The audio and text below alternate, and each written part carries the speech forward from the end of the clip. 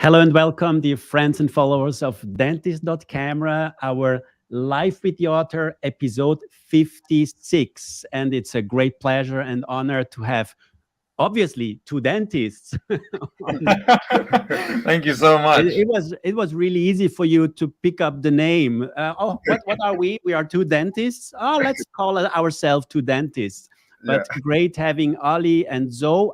Do I spell it correctly, Zoe? Yes, perfect. Okay. Have you in the show two young dentists from Great Britain, and let's dive directly into the discussion or into the show. You sent me your CV, but nevertheless, I think it's better if you introduce yourself to the audience. So, dear Ali and Zoe, tell us a little bit more about you. You don't need to start from the kindergarten, but I think you have to start from the school days, because you told me where you met first. So please, Ali and Zoe. So we've known each other for a very long time. We've known each other since we were about 7 years old. Zoe came from Iran, actually. Yes. And he somehow joined my primary school, and we went to high school together. We went to college or sixth form together. It's like we call it college here. And then university, we split off for about 5 years, and we ended up working back again at the same dental office. So wow, that's amazing. yeah. It's worked out really, really well for us, actually. Yeah. So people think we're brothers. We're not actually brothers or anything like that. But we've known each other for a very long time. We accidentally both wore blue today. Yeah. But no, but I was really jealous watching your. I can show you have a nice YouTube channel, the two dentists, with I think over 5,000 subscribers. You're not as famous as this toothbrush guy with I don't know how many million followers. But I bet Anthony. His name is Anthony from Chicago or near Chicago. Someday there's no toothbrush anymore that he can test. So maybe he has to find something different. Or when next year he will get graduated and then enter the dental life. I don't know. Maybe he's making more money. I know in some countries, young dentists making more money being like influencers on social media than working as a dentist. So, and then they struggle. What should I do? Should I follow what I learned and become a dentist, or should I continue my social media career and become an influencer? So maybe Anthony, if he's listening out there, he will have to decide if he will follow the money of becoming an Instagram star. But I think only talking about toothbrush and brushing every day his teeth in front of millions of people, he will get exhausted. But we will see. We will see. They found very interesting ways of doing it, though, if you've seen it. No, it's really funny. Crazy it's really funny. And there's a guy from, I don't know, from Indonesia or so, an older. Let's say I'm also an old dentist, but not a young dentist, a more mature dentist who's also doing. He copied basically Anthony, and it's interesting. Really? He also got, I think, several million followers now, doing the same thing. So copying a strategy seems to be something that can be successful. And if you watch YouTube videos, also, what should you do to become a YouTube star, an Instagram star, a Facebook star, whatever? Most of the advice is copy what has been successful. It's very true. Don't come up with new ideas. Copy what has been successful, and you will be successful as well. So basically, let's before we start talking about mirrorless cameras, which is one of an interesting topic we need to address. Just give me or give us a short overview about your YouTube channel, why you started the YouTube channel, and what you're doing there. So I showed it here to the audience so that I can browse it here. Go a little bit down with all these educational videos you have. How I got into dentistry, best way to take a dental history. So you're covering pretty much different topics around dentistry or dentistry related things. So tell me a little bit more about that. Our YouTube channel came about over a year ago now. It was during lockdown. Ali and I had talked about starting a YouTube channel prior, like maybe 2 years ago, 3 years ago. We kind of joked about it here and there. And then lockdown happened, and Ali came to me and he said, so let's really start a YouTube channel. And I said, I'm a bit unsure. He said, you know what? If you don't want to do one with me, I'm going to make my own gaming YouTube channel. And so Ali was going to make a gaming YouTube channel because he plays a lot of video games. And I said, no. I'm not going to let you do that. Let's take it seriously and do our dentistry one, which we always talked about. And lockdown was kind of a perfect time for us because we had loads of time to prepare, learn all this stuff that we know about cameras now and videography. We literally had to sit down together and watch YouTube videos and learn it all from scratch. So we don't have a history in, professional photography or videography or anything, but we learned it from YouTube and through a close friend of mine who's a photographer. And when we came to deciding what content we wanted to produce, and rightly so, like you said, we looked at other successful YouTube channels and so, well, what's the secret? And one very popular YouTuber in the UK who does medicine videos, his name is Ali Abdal. We watched a lot of his videos, and he has a few videos on how to become a good YouTuber. And one of the things he says is, if most of the information that's on the internet is not original, it's regurgitated, but you make it your own. And we thought, as young dentists, of course, we're not professors. We don't have the knowledge of the people who teach at universities, but we are able to learn and able to share the knowledge that we have learned through either university or through our own personal experiences. And so we thought, why not regurgitate that information, but in our own way, which is very professional, high quality, videos, and scripted, so that they can be shorter rather than, watching a 45-minute video or 1 hour webinar, which a lot of people were doing during lockdown.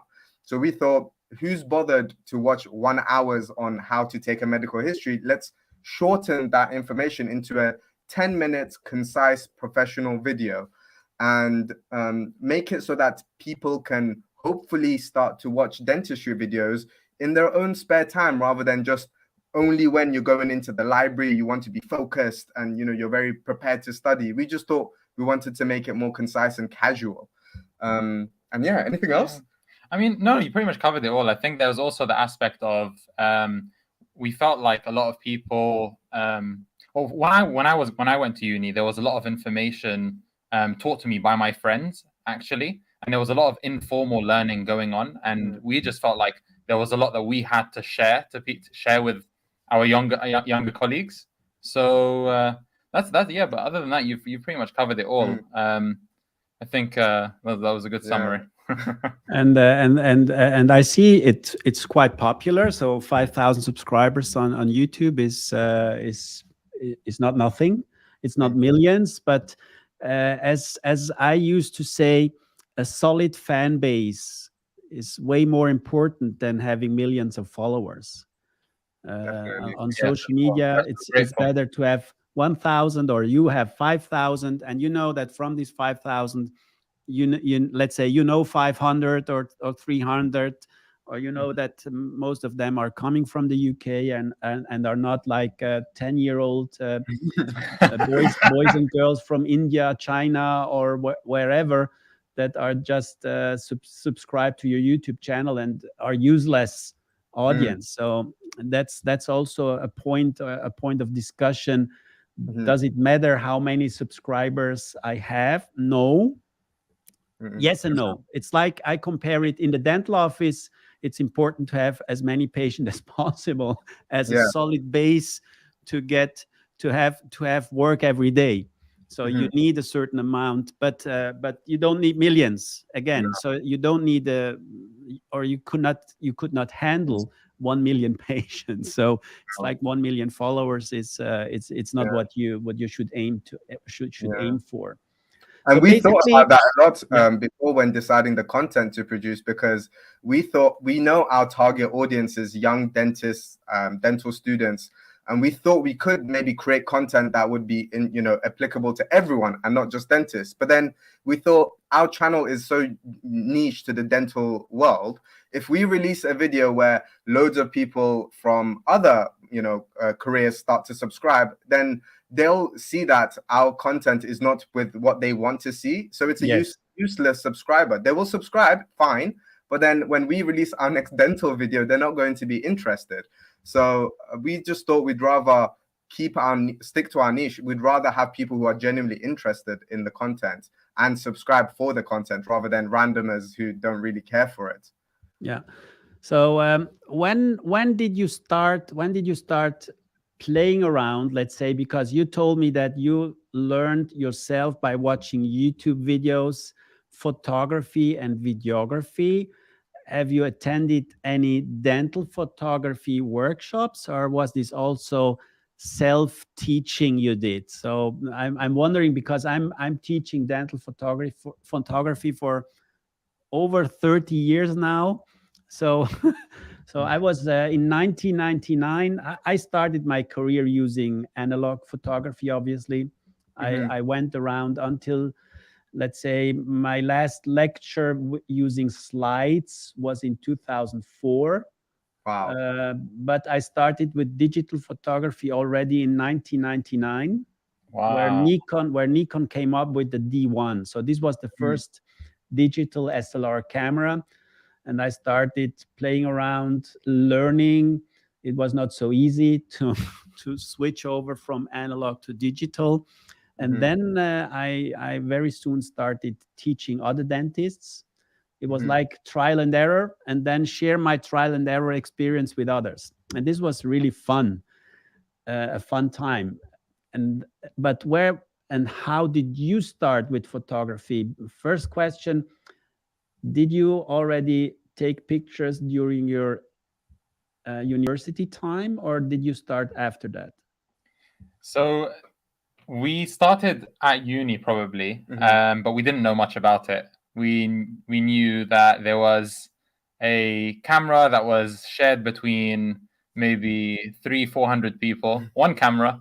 You have to look for it for about 2 hours. You have to go in prepared for your patient to take the photos.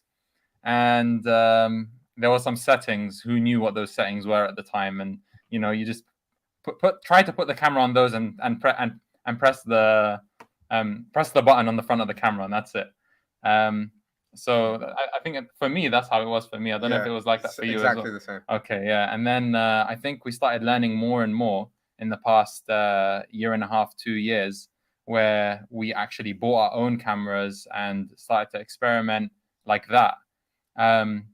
But I actually only bought a mirrorless because you took the leap to buy the mirrorless, and so I think this is your story to tell. I think the way we started with mirrorless was when we started, when we wanted to start the YouTube channel, we of course watched lots of videos on what cameras to buy, and a lot of YouTubers were saying mirrorless cameras are great for videography work. Of course, DSLRs are great as well, but there seemed to be a hype around mirrorless cameras. And I have a friend who's a photographer, and he owns a Sony A7 III. And he said to me, yeah, I love this camera. It's great for both photos and for both videos. Why don't you look into getting some mirrorless cameras for your YouTube channel? And potentially, you could do your dental photography with it. And I said to him, I said, no. I've looked online. Everyone says you should get a Canon or a Nikon DSLR for dental photography. That's the common thing. He said, well, why? And I said, I don't know, but that's what everyone says. And so he said, well, there's nothing different technically about a mirrorless or a DSLR. There's nothing a DSLR can do that a mirrorless can't do per se. So why don't you try it? And I said, well, it's a very expensive experiment, not knowing, what lens works with the dental photography on a mirrorless and the flashes and things like that. And I couldn't find any resources online, and I didn't really have any kind of friends in the profession that knew this kind of stuff. I was only just finished university, so I didn't have a lot of connections and things like that. So me and my friend set out to try to make a dental photography setup with the camera that we bought for our YouTube channel, which was the Sony a6400. We started with, he had I think it was a Tamron lens. And of course, it wasn't a macro lens, but he had a macro adapter. So we took the Sony a7 III, we put the macro adapter on it, put his Tamron 70mm lens on it, and we tried to take a photo. Of course, we had no flash. So I explained to him, look, we need to have a flash. So we looked for a twin flash, and the only flash we could find was the Mickey MK24S, something like that, which is the current twin flash that we have. So before buying the whole lens and everything, we bought the flash off Amazon, attached it to his camera, and started taking photos with it. And lo and behold, it worked. There was nothing, stopping the photos from coming out beautifully. Focus peaking was working. We put the modeling light, and I just thought this is amazing. And the photos looked great. And so after that, then I bought my Sony 90mm macro lens. And built the whole setup. There were some difficulties, but we worked our ways around it. And so now we've found a setup that we're very comfortable with. And we, at the time, I don't know if there are other dentists that advocated or yourself at the time. I wasn't familiar with your work then, but we felt like, wow, this is a revolutionary thing that I've discovered. I'm the first to talk about mirrorless cameras, or I'm the first to have a mirrorless camera setup, but I'm sure you must have maybe experimented with it a long time ago as well. Yeah, because I'm a Nikon ambassador for many years. So they gave me the first mirrorless cameras some years ago already, and I was like saying, well, what should I do with this thing? This is not a real camera. So I was like a little bit pushing it away, but then started using it. And after also some trial and error, I really fell in love with it. And I tell everybody, go mirrorless, because there's one huge advantage that's called focus peaking. Exactly. And this is, for me, a game changer. Yeah. Makes everything much easier. And now I experimented. Basically, I have several Nikon cameras. And then I started also exploring the Sony universe because of two reasons. Reason number one, videography. And I agree with you, and I agree with your colleague. Nikon cameras, and I think there's no doubt about this, Nikon cameras are great cameras for photography. You can shoot videos. They have also interesting and nice video capabilities, but Sony outperforms Nikon and Canon if you look at videography. And they have a large lineup. And as far as I know, Sony has 80% of the mirrorless market, because they switched earlier than the other two completely. They jumped really totally on the mirrorless market some years ago, before Nikon and Canon, because they struggled. Like, say, oh, it's like a car company. Should we go electric? Yes or no? Yes. And if you're the last jumping on this, you have to catch up the distance. The competitors are ahead, and Sony has really a huge advantage. But if you really look into photography, I have to say Nikon and Canon cameras are still, especially when you're talking about macro photography, great tools, because they have a huge experience. There's a small thing that you might not know. Nikon and Canon macro lenses have a much smaller aperture. So you know the f-stop. Yes. The larger the number, the smaller the aperture, the more depth of field you get. Nikon and Canon lenses go up to 32. Yeah. Sony goes up to 22. 22, yeah. And if you have the 25 or 29 and 32, and then photographers are talking about diffraction or aberration or whatever, all this stuff doesn't matter in dental photography. The quality of our images, the most important thing, and this is what I tell everybody, and I also tell it to you. The most important thing is that you take standardized pictures. It doesn't matter what camera you use, but all your images from one patient that you take today and you take in 1 year should be the same. I compare it with radiography. No one would tell you, I know this is a radiograph Ali took. Why should I know that Ali took this X-ray? Why should I know that Ali took this picture? Treat dental photography the same you would treat X-ray. X-ray is looking through the patient, photography or videography looking at the patient. And we are scientific photographers. We are not artists at first hand in the documentation, because there, especially on social media, there is this hype of artistic photography with huge soft boxes and bouncers, and in the treatment room you have more soft boxes than there's no spot left for the patient, because all of these soft boxes, I don't know how the patient fits into the chair. Soft boxes around. So it's nice, but and I tell you this also from my experience as editor-in-chief for many, many years, it's not the reality. If you use soft boxes, bouncers, it looks nice. You can modify without Photoshop. You can create an illusion. I can take a picture. If you know how to manipulate the light, I can make an ugly case a great case. Just by forming the light, and that's not what we need. So dental photography, I do sometimes additional. So I have like a huge set of flashes. So I have the lateral flash, I have the ring flash, I have I love the LumiQuest pocket bouncers, I have a polarized light, I have a fluorescent light. So I can take all the different lighting scenarios from the same patient, but I take all of them. I don't just take the bouncing or the softbox image, because you also need to see the reality. And that's how you can learn from your work, isn't it? How the patient looks. And even the what we call standard photography is not the perfect way of showing things. The best way would be video. Honestly, the best way. And if you also look on social media, in video you see reality. Video, you can use soft lights, but at the end you cannot hide that much on your videos if you're not doing post-processing. But on your videos you see more the reality, how the patient sees himself, how you see the patient.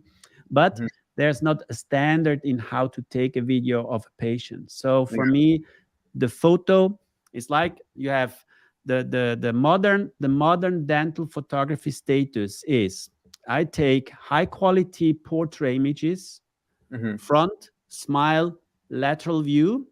So you have all the information also for smile design, whatever. Then you do an intraoral shot where you see the teeth, full occlusion, teeth. And then one lateral left, right, and the rest is done by intraoral scanning.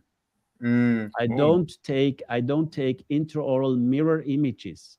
I scan the patient, then you have the perfect 3D view.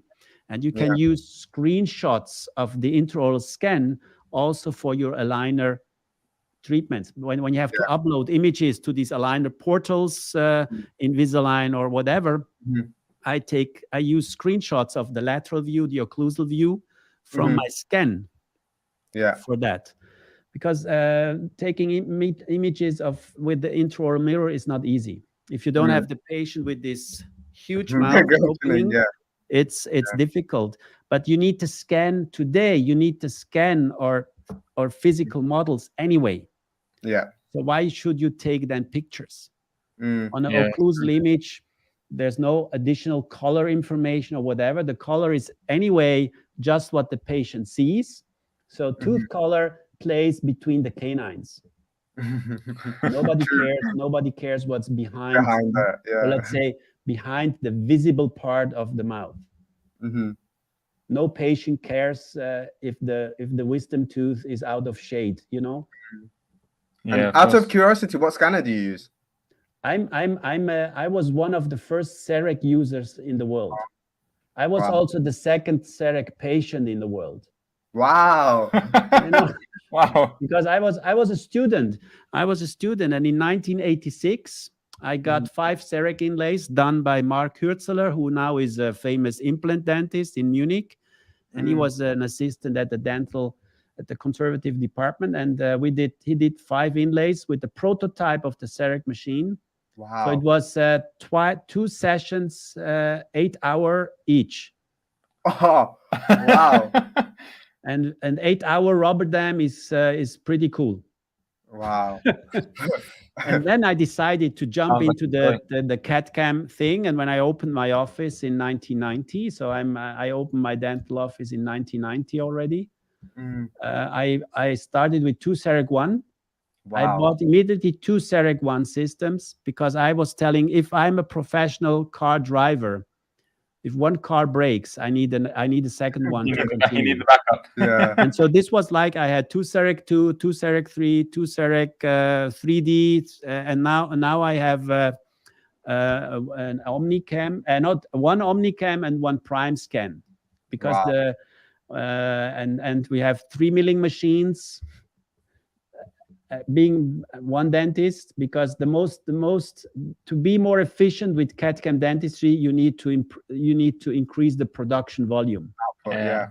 Because that's the bottleneck of CAD/CAM dentistry is production. Waiting, yeah. And at least you need 2 machines to get simultaneous milling, and that's cool. So this is in my office, 80% of my work is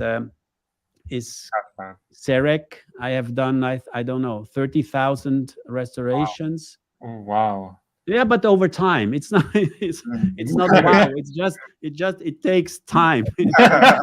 and the same with photography.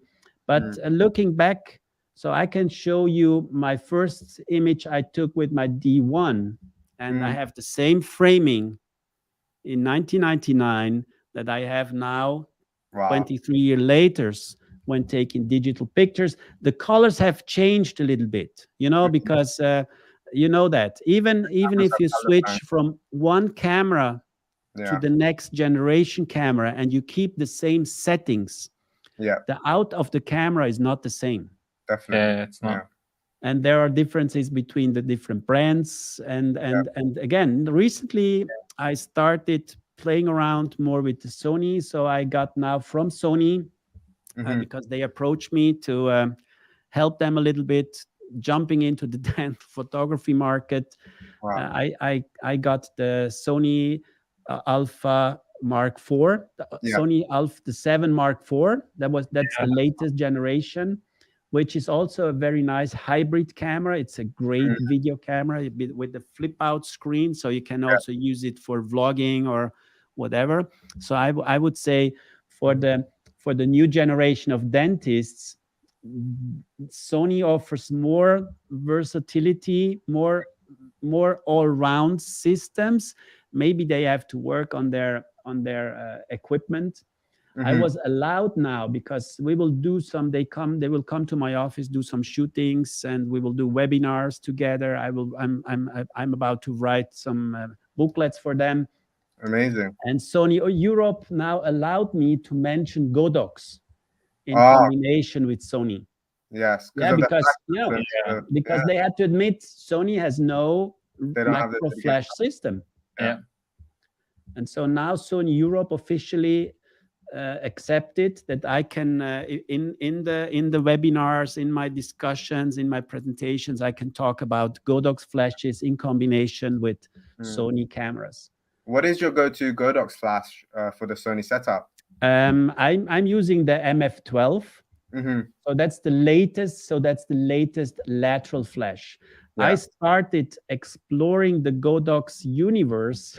I had a Profoto flash. I still have it, a Profoto flash for my portrait photography, because a friend of mine told me you have to go for a Profoto flash, but it's 2,500. It's like it's the Rolls Royce, but I have it for many years, and it's a great flash. And then replaced it now recently with the Godox flash. And Godox basically has copies of a lot of Profoto products. So the Studio Flash, some other flashes are really almost one-to-one copies. You can even use the accessories of Profoto on Godox flashes. That's pretty cool. Basically, it's Yeah, That's they're good. really good copycats. So, and the good thing, I bought the MF12 because Nikon was not able to ship their R1 C1 macro system. So they were like out of stock. Some people told me, so Nikon is giving up their macro flashes. No. They don't give up their macro flashes, and it's still one of the best macro flash systems that you can buy is the one from Nikon. And but the Godox basically is a copy of that with a little bit of pro photo feeling. The advantage of being rechargeable. So it has a built-in battery that you can charge. You can shoot 400. You get 450 shots Wow.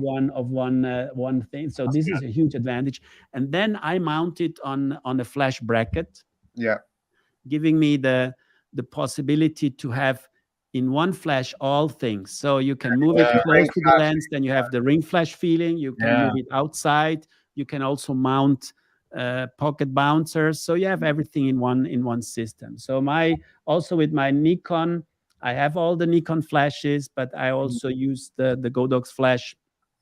Compare it, and the quality of the light of the flash is pretty much it's pretty close. If we really go into the fine details, if you're experienced, then you see a small difference in colors between the two flashes, but not really notable in the sense of being having an impact on your daily work. So basically, the Godox MF12 for me, and also price-wise, I think it's 250 for the two flashes. And do you need to use a commander unit on the yes top of the Sony? Yeah. And for the commander unit, the best price quality is the X2T. You don't have to buy the most expensive one, but not the cheapest one. The X2T has the advantage of has built-in Bluetooth, and you can control everything with your smartphone. If you struggle to set up, your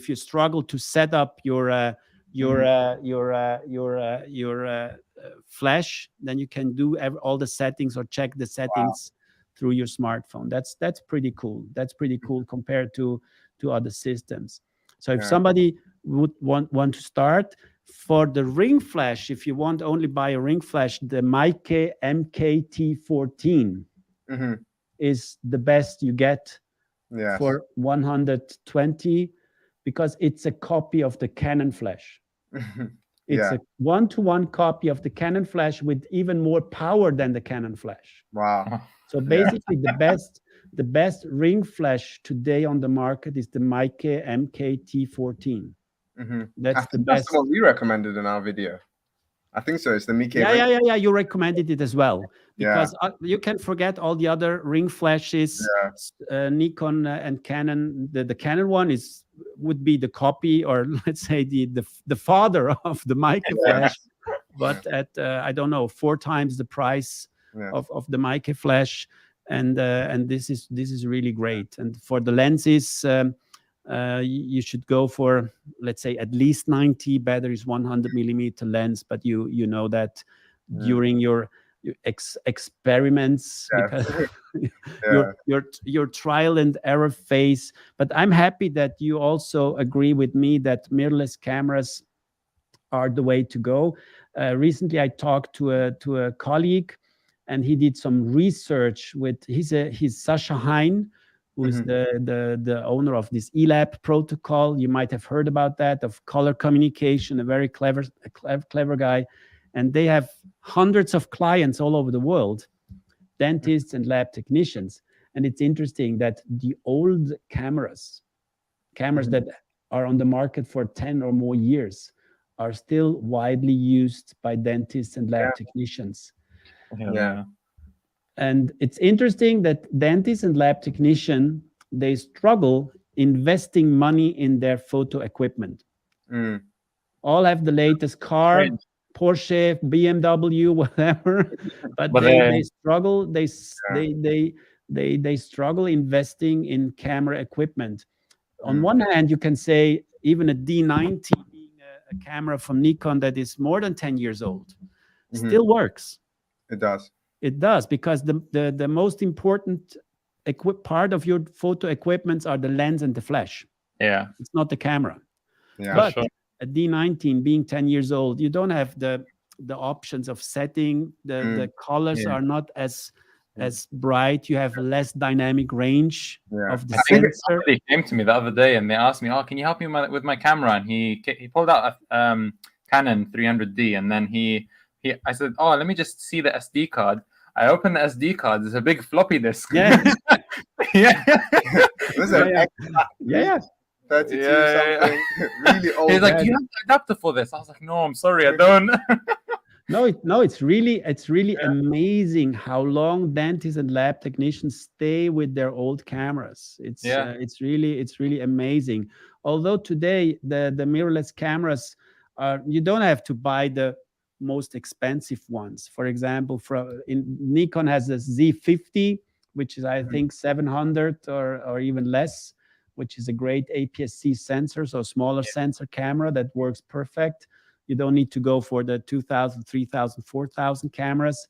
Yeah. In the Sony thing, I also tried the 6,400, what you are using. Yeah. Or you told me that you were using. But it works. It works. But for me, it was a little bit easier to start with the Alpha 7 Mark IV. Obviously being a $2,500 dollar camera. But I felt more comfortable, let's say, also with the handling. Yeah. For me, I don't know what you think. The haptic, it's called haptic. How something holds in your hand. So the latest Sony cameras have now also larger grips. Yeah, it's got a more ergonomic feel. Yes. I was thinking to upgrade as well, but I was thinking, you know what?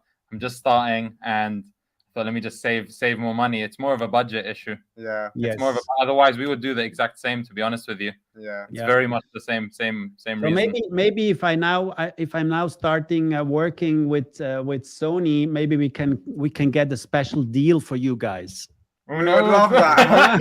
Please. We would love that. Yeah, because I will be also on their B2B website, and they do some webinars with me. And again, Nikon is great, Canon is great, but I think if especially younger colleagues who want to do more also on social media, on YouTube, and do other things rather than just don't get me wrong, taking pictures is important, but also taking great video content or producing great video content, then definitely Sony at this today is something that you have to look into. Sure. Definitely. So you agree with that? 100%. Yeah. We think, I mean, with just any mirrorless camera, the focus peaking for us has been such a game changer, because during COVID, when the restrictions were very strict, we had to wear these massive like FFP3 N95 masks, N99 masks, and we got loops on top of them, and trying to mid-treatment take a photo, trying to put the camera on your eyes, trying to focus is almost impossible. But with the focus peaking on the mirrorless cameras, just being able to look at the display, take gloves off and just pick it up and be able to shoot really quickly. That's the and not having to take my loops off, because one of the things that really annoyed me with dental photography is I got loops on and I want to take a photo. I have to take my loops off, but now I've got dirty gloves. Okay, so I have to take my gloves off, take my loops off, then get new gloves, and it's just a whole hassle. Yeah, but the thing with gloves, we have to talk a second about this. So hygiene is an issue. So don't use, and I tell this all the time, don't just put your hands in the patient mouth and then go out and use the same gloves to take your camera and take pictures. No, that's not because otherwise you should use disposable cameras, Exactly. Autoclavable cameras, put them in the sterilization. And then I think it will get a little bit expensive. Maybe there's a market for that. The single use Nikon, Canon, or Sony dental photo camera, but like Polaroids, But no, it's been a great setup for us having mirrorless cameras, and we really enjoy it. And we whoever speaks to us about cameras, we always say, of course, you can be safe and go with a Nikon DSLR or a Canon DSLR. There's lots of information out there on the web on there. But if you want to be, advanced and go into what we think is the future of dental photography, then definitely look into a mirrorless setup. Absolutely. What I want to share with you, maybe you don't know that over the last 2 years, also during the pandemic, I started working on augmented reality, virtual reality projects. Mm-hmm. And one thing I want to share with you and the audience is called Photoshoot VR. So one of the things I wanted to create a new tool, and I will be happy also to share the app with you within the next few days, that you can give it a try and test it out. Definitely. And basically, I will share the screen. Let me share the screen. Take off this, and then add this to this. So basically, this is called Photoshoot VR. We have different modules. So we had a wildlife module, but we have been copied. So we take this off, and now wow. I've started with this. This is like a portrait photography thing, and you can change everything. So basically, you can simulate the situation of taking portraits with different light setups. And the girl is a meta-human. You have heard about meta-humans. This is the metaverse. Yeah, welcome to the metaverse. So welcome to the metaverse. Absolutely. And you can she can have different poses, or standing, kneeling, and then and you can adjust the lights. You can adjust the lights in the height, in the position. So you can do everything. And basically the idea of all this is you can try out everything before you even buy a camera. Wow. And if you have your camera, I think a lot of things also with the accessories are then like, oh, I know how this works. So making the process, the learning process, also much easier. And then you also learn what equipment do you need, how to use the equipment. You can choose your camera. You can choose different lenses. You see now you're looking to the viewfinder. So this was the idea and then you have like the exposure triangle. Yeah. And then the thing is based on the photography principles, you know? You know, it came to us 2 years ago when we spent months setting up our YouTube setup. Yeah, we were sitting down, getting up maybe literally for 2-3 weeks, playing with settings, 2-3 weeks, lighting, camera settings, different sorts of things all the time, non-stop for about a month at least. Yeah. Would have been perfect. This would have been such great help. Wow. And this is really and you could also use your Oculus Quest for this. So then it's really VR. So this software works now on PC, but also on Oculus Quest. Wow. So then it would be full virtual reality. And then you have the gallery where you can see the pictures you have taken, so you can learn from your pictures. There will be some options to share those, and this is like your file. And then we have also a learning module, which is basically it's like a starship, and then you enter. This is the Leica, the first Leica camera that was developed in 1913 by Oscar Barnack. And then you enter different rooms. So in one room you can select lenses, and then you have the feeling of the different lenses, how they perform, what focal length is all about, what prime lenses are. So there's so many things you can do. And then we go in these rooms where you see the basic principles. So you can play around with aperture. So we have animals there. So you see, the more you open the aperture, the more blurry the picture gets. So you have the shutter speed. If you want to freeze the action, you have to go for a faster shutter speeds. You see, with the, and if you have then you get blurry images. It's really a reproduction of how your camera works. Wow. And with the ISO, we have the turtle. So if you raise the ISO, you get more light in. But if you overdo it, then the image also gets a little bit blurry. Yeah. And then you have a nice snake here. Wow. Playing around with the color temperature, taking picture of that. Because I told my developers I want some animals.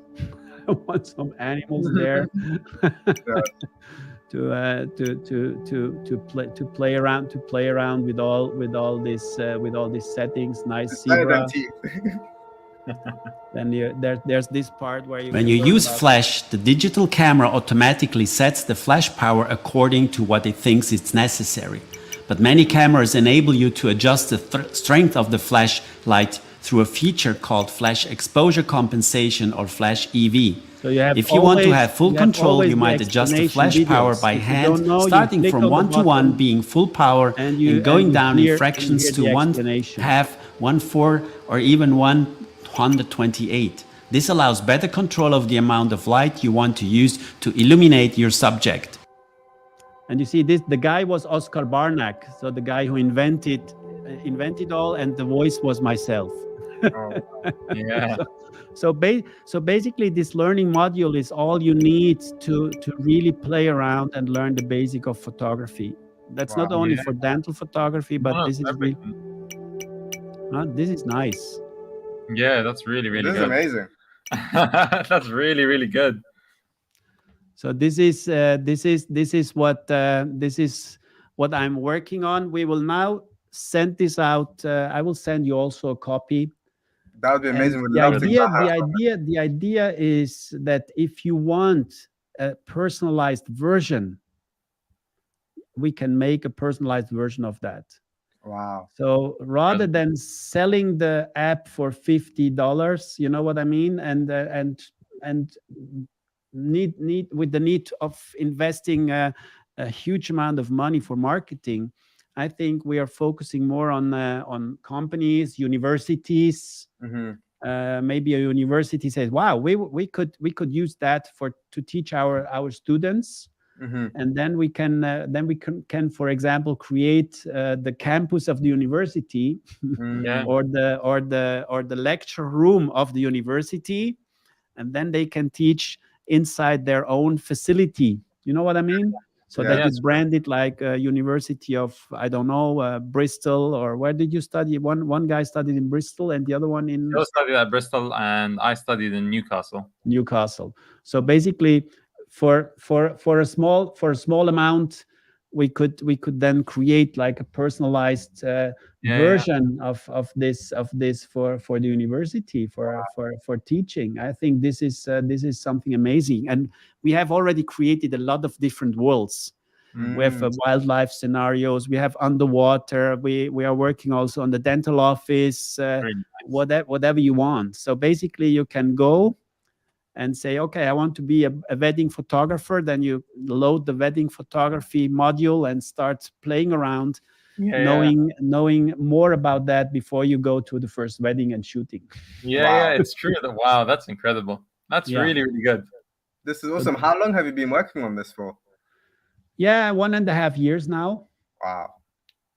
Basically, the thing was that at one point, some months ago, we realized that a Polish company copied us. Oh, no way. Yeah. And now you have a good idea, though, at least. when you know you got something good, then it's worth copying. I always tell people if they get frustrated, I always tell my answer is only good ideas get copied. Yes. Bad ideas will never get copied. So this is and I hope you enjoyed this short presentation that I put together just today, and I'm more than happy to also send you the two dentists Yes. a version, and get to get your feedback on this, and maybe you can also share your feedback with your audience. Definitely. Of course, yeah. Because now we need to spread a little bit the word. And again, I think one of the possibilities or the things we want to do is to offer it to universities, to photography schools or companies, to have this as their teaching tool, and individualized, personalized teaching tools. Sounds good. Sounds amazing. Honestly, it's amazing in terms of being able to explain the concepts of aperture, shutter speed, ISO. It's actually really good to be able to visualize it. So this is a great teaching tool. It reminds me of one of the amazing things about mirrorless cameras is, like, if you take a photo, if you have it, you bring up the ISO on the screen, you see what it will look like with the increased ISO. Yeah. And so it makes it easier to learn photography. Whereas with I picked up a DSLR camera, and because you just have a normal viewfinder, it's not electronic viewfinder like with the mirrorless cameras. You could change the settings, but what you see in the viewfinder is the same. So it makes it a lot harder to learn. But with your app, again, seeing the stuff change as you change it makes a lot more sense. It makes it a lot easier to understand. Yeah, that's the idea of, or the concept behind this. Make things easier. And again, I think mirrorless cameras made photography easier. And the app or tools we should use for education should make education easier. That's the thing that I'm looking for, and this is, let's say, one of my side business, or so far it's still a hobby. We hope to make it a business because we have also other projects using this is done using Unreal Engine. So where all the and we have I'm really excited to hear about that. Unreal Engine is crazy. This is all done in Unreal Engine. Oh, the current app is a Photoshoot VR is Unreal Engine? Yes. Oh, wow. Amazing. Yeah. That's why you can very easily switch scenarios, and it does it very quickly without a loading screen. Some things were look let's say a little bit old school or whatever, but no, it's all Unreal Engine. That's pretty cool, and there's a lot of options. We are also now working with Unity. Unity is another virtual reality thing where you can more do with your hands also. Oh wow. So Unreal Engine, we have the MetaHumans. You can have kind of interaction. So we're also working on a project that's I call it Zoom on steroids. So basically, you have like a virtual room where you can enter as an avatar. Yeah. You become a MetaHuman, and then you are in the room and can talk to each other, and you have screens where the presentations run. So it's and you can play 3D objects. So that's pretty cool for interaction and do more. I will start doing also some live videos, then using my new studio setup in the near future. You've got so much going on. How do you find the time? If you don't mind me asking. It's I always tell people a day has 24 hours. If this is not enough, I take the night. Fair enough. Okay.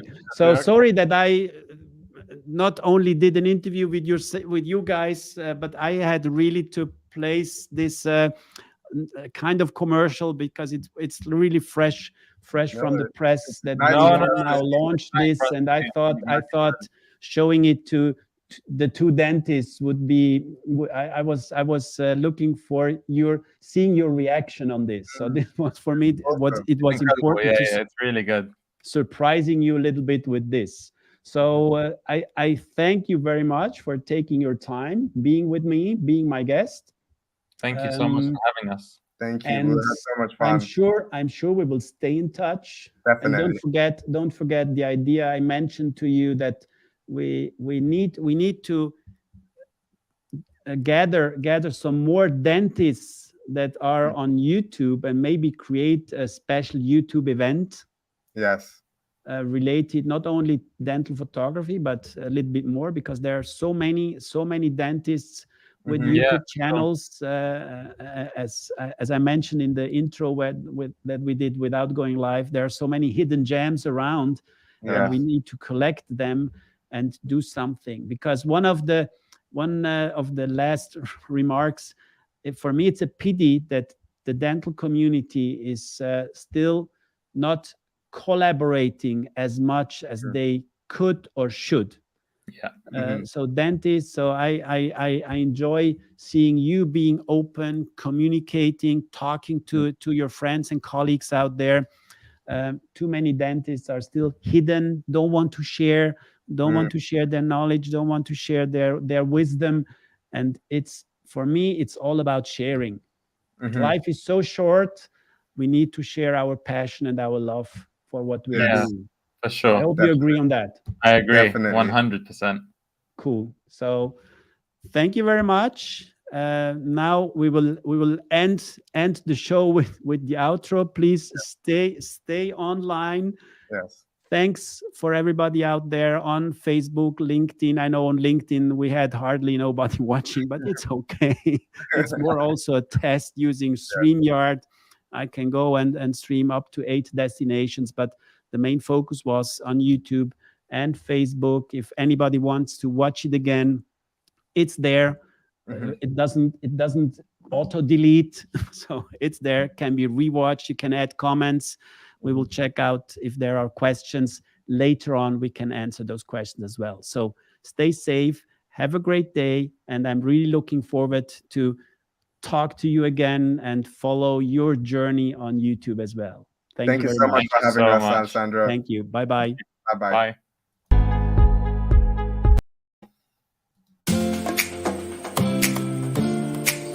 Bye.